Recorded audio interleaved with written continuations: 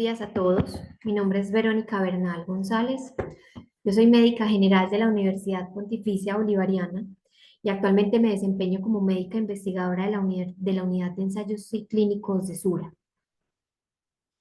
El día de hoy estamos aquí, pues estamos reunidos para conversar acerca de la enfermedad del lupus eritematoso sistémico.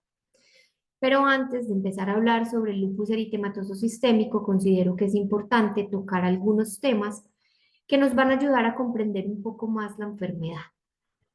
Entonces, pues no siendo más, vamos a darle inicio. El sistema inmune es el sistema que está encargado de defender al cuerpo, es decir, se encarga de identificar lo propio de lo no propio. ¿Qué quiere decir esto? Que este sistema se encarga de discernir entre lo que es nuestro y lo que no es nuestro. ¿Con qué propósito? Pues identificar una sustancia potencialmente dañina para nuestro organismo y atacarla o defenderse de ella. La autoinmunidad, entonces, es cuando ese sistema inmune del que veníamos hablando usa sus propios mecanismos, digámoslo de una manera un poquito más vulgar, sus soldaditos de defensa, para atacar a sus propios órganos o tejidos. Es decir, hay una confusión en sus actividades normales, en lo que hace normalmente, porque este sistema no es capaz de identificar entre lo propio y no propio y reconoce como dañino lo que no es dañino y además de eso lo que es nuestro, ¿sí? Las propias órganos o tejidos. ¿Qué es un autoanticuerpo? Antes de hablar de antianticuerpo, quiero hablar entonces de un anticuerpo. Un anticuerpo es una sustancia que es producida por este mismo sistema inmune y que lo que hace es que combate enfermedades o microorganismos o sustancias que van a ser dañinas o amenazantes para nuestro cuerpo.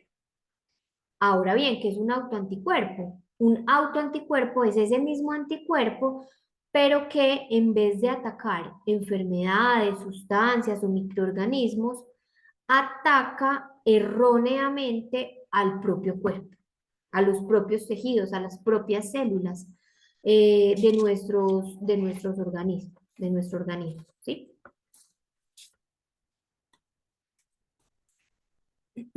Por ejemplo, en el lupus eritematoso sistémico hay una producción excesiva de autoanticuerpos. Hay muchos autoanticuerpos y por ende lleva a una autoinmunidad. Ahora bien, ahora sí podemos, ya teniendo las bases, conversar sobre qué es el lupus eritematoso sistémico, por sus siglas LES. Entonces, el lupus es una enfermedad sistémica, que quiere decir sistémica, que afecta varios órganos, ¿sí? Órganos o sistemas, que es inflamatoria, que es crónica, que quiere decir que es crónica, que después de diagnosticada es una enfermedad que es para el resto de la vida, ¿sí? Que tiene una naturaleza autoinmune, que es lo que veníamos pues ahorita mencionando y conversando, y que es de origen desconocido. ¿Qué quiere decir origen desconocido? No sabemos exactamente qué la causa. Compromete altamente la calidad de vida del paciente que la padece y además de eso va a generar grandes desafíos clínicos para el diagnóstico, para el tratamiento, para el manejo de de las personas que están enfermas de lupus.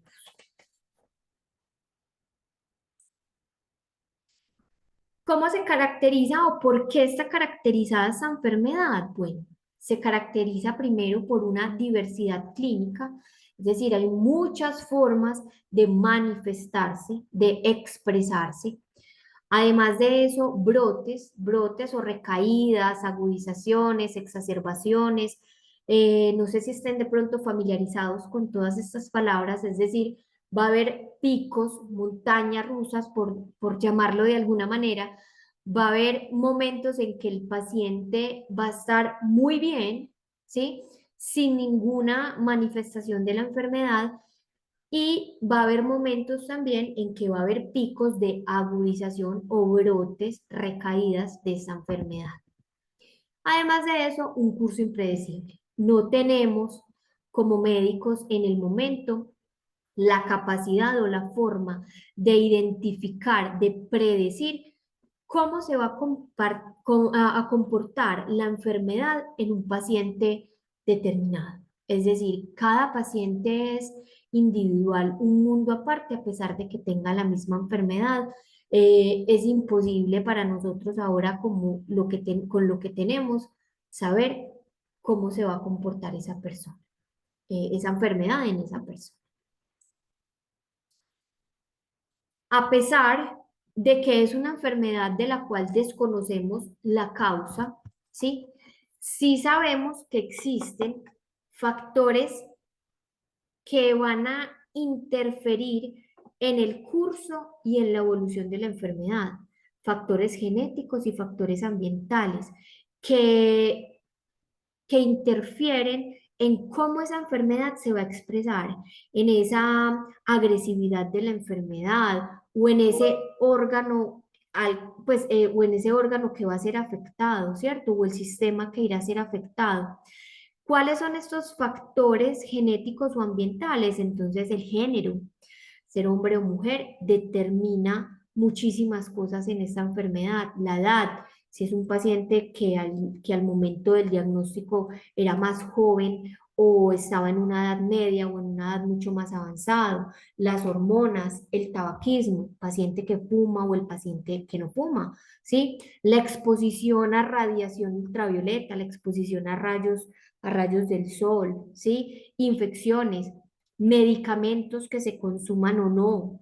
Y pues otro tipo, pero estos son realmente los más importantes que van a llegar a influir en en ese curso o en esa expresión de la enfermedad. ¿Qué sabemos entonces sobre el lupus? Del lupus entonces sabemos que es mucho más común en mujeres que en hombres y de eso sabemos que de 10 mujeres que son diagnosticadas con lupus, se diagnostica un hombre. Es decir, la proporción entre hombre y mujer es muy grande.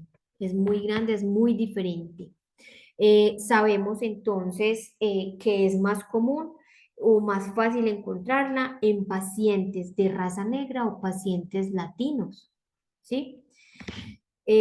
Sabemos también entonces que aproximadamente alrededor del mundo hay 5 millones de personas con este diagnóstico, pero que la incidencia es muy variable, ¿sí? Y además de eso, que se ha visto un aumento marcado de los casos de lupus en los últimos 40 años. ¿Qué quiere decir esto? Que gracias a las herramientas científicas que tenemos, que se han implementado, se ha aumentado el reconocimiento o el diagnóstico más temprano de esta enfermedad, especialmente de los casos leves. Es decir, anteriormente se esperaba mucho para hacer un diagnóstico y, y a los pacientes se les hacía diagnóstico cuando tenían unos casos demasiado severos o demasiado agresivos o demasiado avanzados, ¿sí? Ahora es mucho más fácil llegar a un diagnóstico, pues por todas esas herramientas que más adelante, de las cuales más adelante vamos a hablar, para identificar un paciente que tiene lupus. Eso pues obviamente ha ayudado muchísimo, pues sí, se han aumentado mucho las tasas de diagnóstico, las tasas de incidencia, pero ha aumentado mucho también el manejo oportuno y la prevención de las complicaciones. Más adelante vamos a hablar de esto. ¿Cómo se comporta el lupus? Entonces, bueno, el lupus tiene un comportamiento más o menos de la siguiente manera. El 70% va a entrar en un comportamiento de recaídas y remisiones. ¿Qué quiere decir esto? Van a intercalar frecuentemente entre las remisiones y las recaídas, entre estar bien y recaer. estar bien y recaer, ¿sí? Un 15% va a comportarse con remisiones prolongadas, es decir, van a tener periodos de tiempo de una mejoría constante, ¿cierto? Periodos de tiempo muy prolongados de mejoría constante y el otro 15% va a entrar en un comportamiento de persistentemente activa. ¿Qué quiere decir eso? Que las recaídas o que las agudizaciones, que las exacerbaciones van a ser mucho más prolongadas, mucho más tiempo y pues obviamente va a tener un comportamiento un poco más agresivo.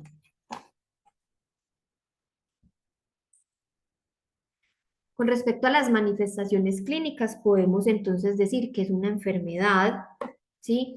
Que afecta, como veníamos diciendo ahora, al principio, múltiples órganos o sistemas, como lo dijimos ahora. Es una enfermedad, además de eso, crónica, es decir, para el resto de la vida, ¿sí? Y por ende puede tener una variedad de manifestaciones a través de la evolución de la enfermedad. ¿Qué quiere decir esto? Eh, Puedo tener manifestaciones articulares, pero después, en un tiempo, en unos años, en unos meses, puedo tener manifestaciones en la piel o en las mucosas, ¿sí? O puedo tener manifestaciones renales. Generalmente cursa con un síndrome constitucional.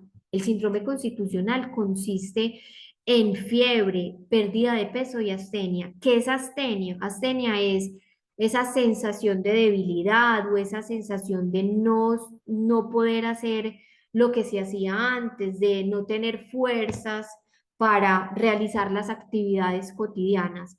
Eso es astenia y que muchas veces los pacientes con lupus debutan con un síndrome constitucional antes de empezar a manifestarse o antes de que se identifiquen otro tipo de síntomas.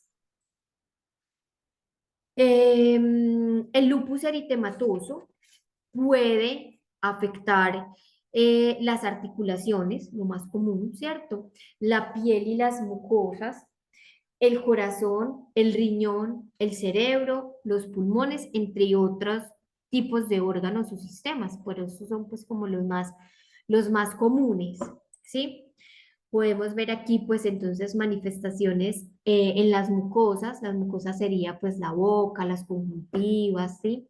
Los órganos genitales, en la piel, principalmente la piel de la cara y especialmente la zona malar, como lo vemos acá, las articulaciones, que son las manifestaciones principales, las más comúnmente afectadas. De hecho, se puede decir que hasta un 90% de los pacientes que tienen diagnóstico de lupus van a presentar o presentan una artritis que cursa con inflamación y dolor en las articulaciones.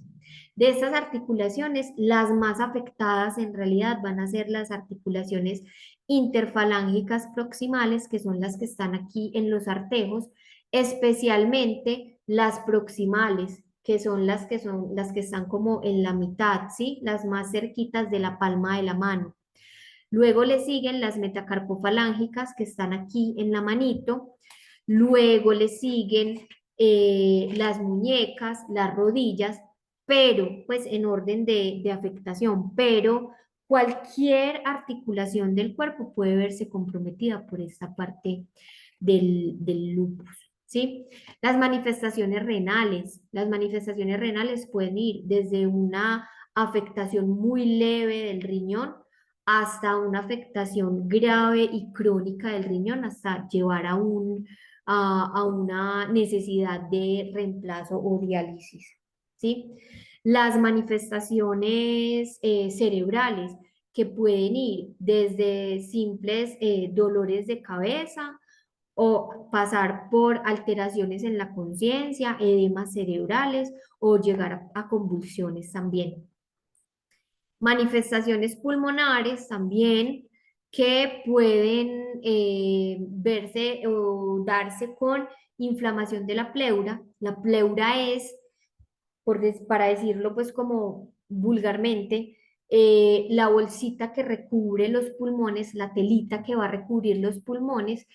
Y en el caso de las manifestaciones del lupus puede darse con inflamación de esta pleura, que se puede presentar con un dolor severo, que es agudo en una región específica del tórax o generalizada del tórax.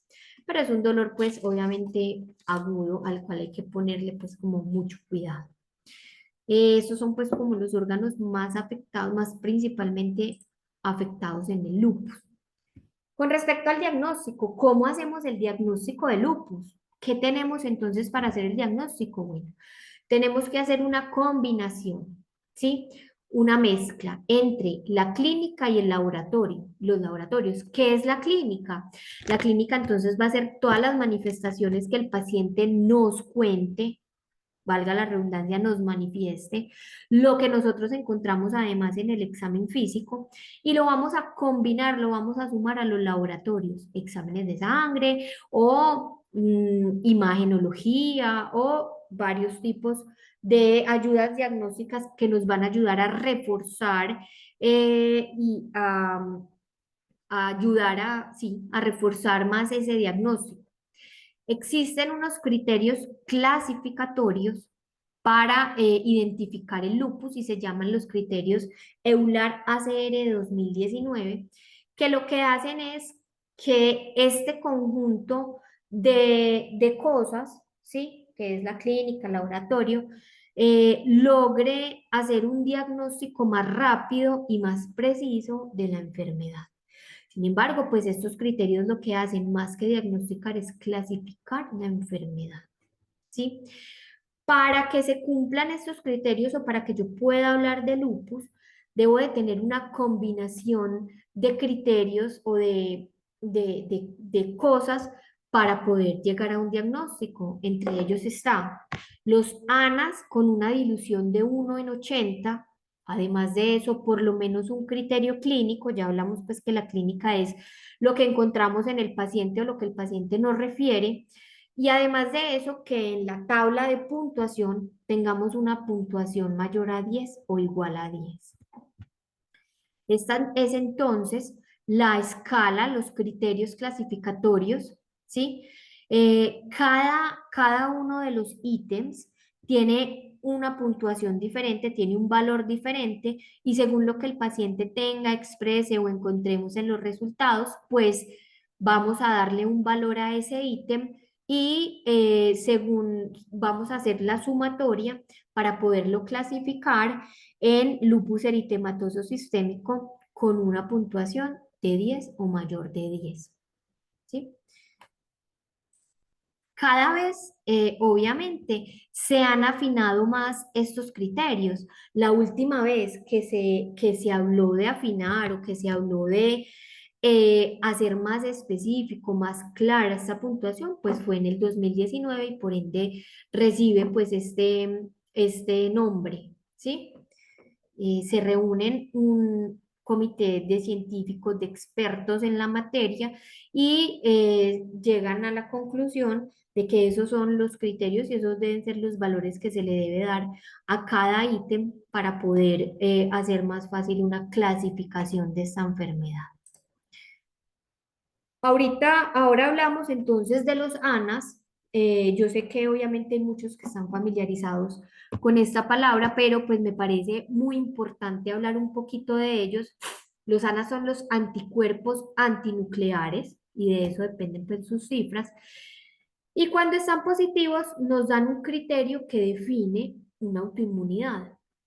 Sin embargo, se ha visto a lo largo de los años que el hecho de tener ANAS positivos no me pone en un diagnóstico inmediato de autoinmunidad, que deben además de cumplirse muchas cosas y entre ellas es pues que mientras mayor sea la dilución de ANAS que se encuentre en la sangre, es decir, mayor sea la cantidad, pues menor va a ser la probabilidad de equivocarnos en un diagnóstico de autoinmunidad. Quiere decir eso, A un paciente que le encontramos unos ANAS con una dilución de 1 en 40, va a tener un 30% de posibilidades de tener un falso positivo de que tenga una autoinmunidad. ¿Qué quiere decir eso?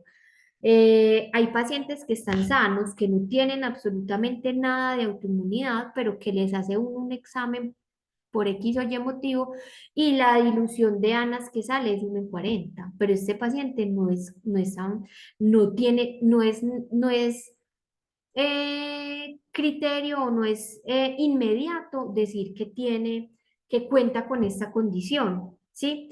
Un paciente que tiene 1 en 80 tiene un 12% de posibilidad de tener falsos positivos. Un paciente que tiene una dilución de 1 en 60 tiene una posibilidad de 5% de tener falsos positivos. Y 1 en 320 tiene un 3% de posibilidad de tener falsos positivos. ¿Qué quiere decir? Que mientras más elevada sea esta ilusión, como la de 1 en 320, pues menos voy a tener la posibilidad de equivocarme en hacer el diagnóstico. ¿Sí?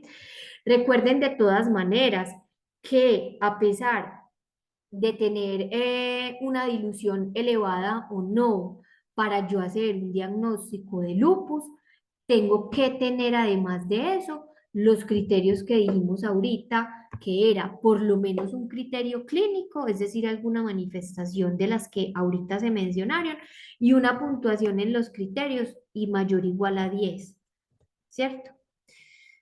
Entonces, pues esto es importante por esta razón. Espero pues obviamente que eh, haya sido importante para todos. Acerca del tratamiento, ahorita más adelante se hablará sobre tratamiento, se ampliará un poquito más esta información. Sin embargo, pues me gustaría hablar un poquito como de generalidades del tratamiento. Podemos decir que el tratamiento entonces está dirigido al manejo de los síntomas y al manejo de la autoinmunidad. ¿Qué quiere decir eso? ¿Cómo así? Cuando hablamos de síntomas, un tratamiento que va dirigido al manejo de los síntomas es para poder intervenir o influir en la calidad de vida del paciente que padece el lupus. Cuando hablamos de autoinmunidad, de dirigir el tratamiento o de que el tratamiento se dirige también a la autoinmunidad, estamos hablando de disminuir la cantidad de esos autoanticuerpos de los que hablamos ahorita, para así disminuir la generación del daño del órgano, ¿sí? Del órgano que se esté afectando o que vaya a afectar la enfermedad. Para eso contamos entonces con antiinflamatorios no esteroideos, antiinflamatorios esteroideos, que son los esteroides, la prednisolona, la metilprednisolona, los antimaláricos y los inmunosupresores biológicos, ¿sí? Los inmunosupresores biológicos, su importancia principal radica en generar la oportunidad de disminuir la dosis de esteroides que, si bien son medicamentos muy buenos y muy potentes para el manejo de la enfermedad, para tratar el lupus, pues sabemos obviamente que generan importantes efectos adversos. Ahí estamos mejorando o previniendo. La ciencia cada vez está estudiando más este tipo de biológicos, este tipo de medicamentos, porque nos hemos dado cuenta y se ha descubierto que además de que son muy buenos para el manejo de la enfermedad, pues nos ayudan a disminuir, pues, o a hacer el desmonte de estos esteroides.